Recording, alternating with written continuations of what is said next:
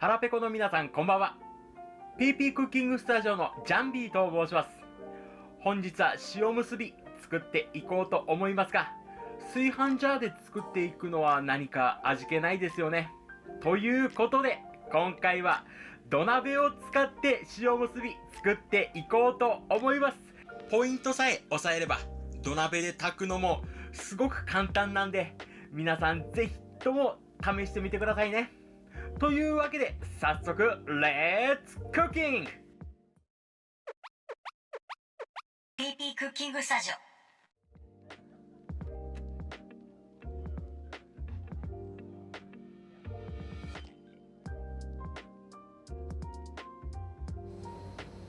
早速今回のメインであるお米を研いでいきますが、この研ぎ方で今回の塩むすび味が決まっちゃいます。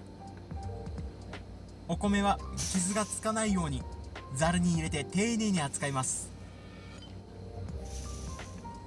そしてここで最初のプロの技、ざるごと水に浸してシャカシャカ、絶対にお米に触れることなかれ。この1回で汚れは十分に落ちきりますし、お米にどうしても残しておきたい成分があるんです。そう、それは米ぬか。今回の塩むすびではその米ぬかまで味わっていただきたい。なので洗いは1回だけにさせていただきました。洗いが終わったらボウルに新しい水を張って30分しっかり吸水させておきます。このように白濁とした水になったら吸水がしっかり終わった証拠。さあ土鍋で炊いていきましょう。皆さん絶対に失敗しない土鍋の炊き方お教えします。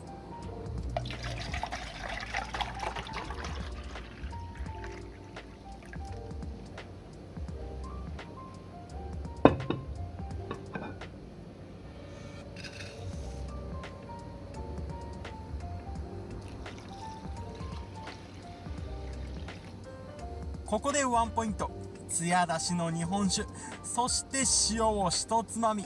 ここで少し味をつけていきます。これで全ての準備が整いました。あとは炊き上げるだけ。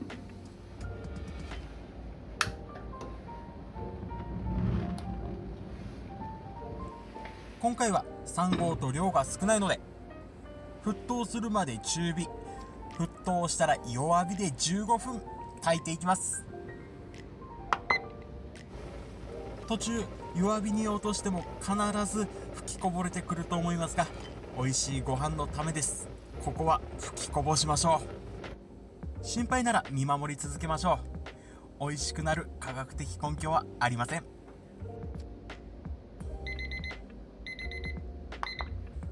15分経ったらここでプロの技かつ最大の禁忌を犯します。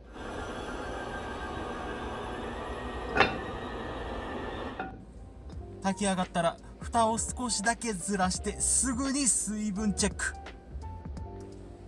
覗いてみておかゆ状態でなければコンロから外して20分蒸らしです。もしまだ水分が残っているようだったら中をチェックしながら加熱してください。舞台は整いました。それではご登場願いましょう。純白に輝きし土鍋ご飯、完璧じゃ。しかしあいつの存在も忘れちゃいけない。いでよ金色に輝くおこげ。あ、よかった、完璧じゃ。よかった。実はこの時にもすっごい香ばしい匂いしたから、絶対下焦がしてると思ったけどちょうどよかった。完璧じゃ。全体を混ぜて蓋をして少し休ませたら握っていきます。完成まであともう少し。皆様最後までよろしくお願いいたします。この休ませてる間に味噌汁を作っておきました。材料は冷蔵庫に残っていた余り物の野菜を使いましたが、塩むすびと味噌汁、もう他は何もいらないですよね。さあ味噌汁も出来上がったので今回のメインイベントと参りましょう。さあこの最高の状態の土鍋ご飯を握っていきますが、最後のプロの技。握りは3回、塩をつけてもう1回。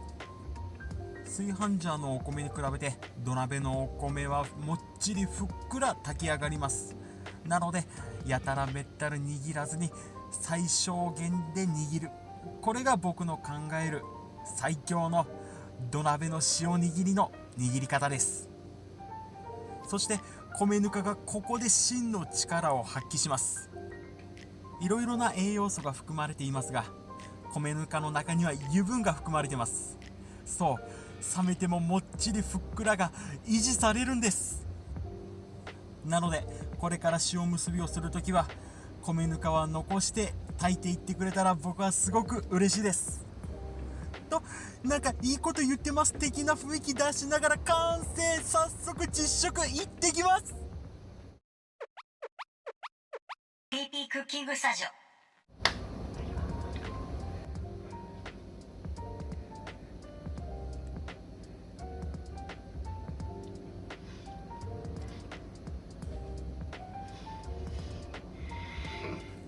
もう美味しいかどうかなんて言わなくても分かると思うんです。でもあえて言わせていただきましょう。うまいんです。最高なんです。もうこれ以上はないんです。細胞の一つ一つが米の旨味に喚起してるんです。今回やらせてもらったワンポイント、そしてプロの技、この2つがあれば皆様のご家庭でも難しいと思ってたであろう土鍋ご飯簡単にできるんで、皆様ぜひとも実践してみてください。お米ってこんなに味がして甘みがあるのか、今までのお米の概念が覆ると思います。というわけで皆さん本日もお疲れ様でした。最後までご視聴ありがとうございました。今日のレシピを皆さんぜひとも作ってみてくださいね。そしてこの動画のコメント欄に次のリクエストのメニューがあったらじゃんじゃんコメントお待ちしております。